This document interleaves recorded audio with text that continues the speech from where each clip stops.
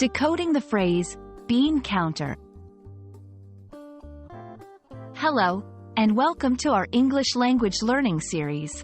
Today, we'll be unpacking the meaning of a common English phrase, bean counter. This term has a unique place in English colloquial speech, and understanding it can reveal a lot about cultural attitudes towards certain professions.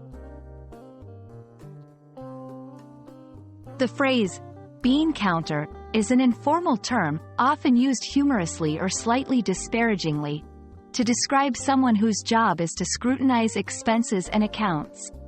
Typically, this person is an accountant or someone in a financial role where they manage budgets and costs with great attention to detail. The beans metaphorically represent the minutiae of financial figures that they count and organize. Where does this phrase come from? The term harks back to the literal action of counting individual beans, an activity requiring a lot of patience and focus on small details. This imagery has been applied to the accounting profession, which is known for its meticulous nature and the importance of accuracy.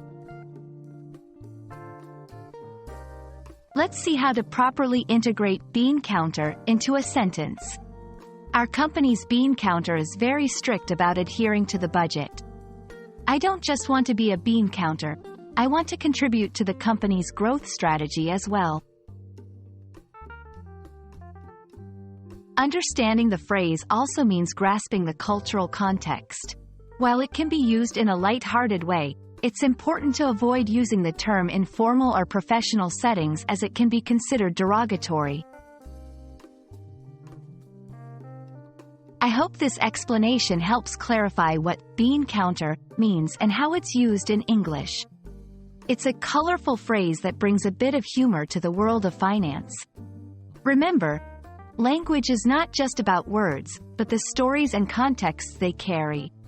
Keep learning, and you'll become more proficient every day. See you in the next video.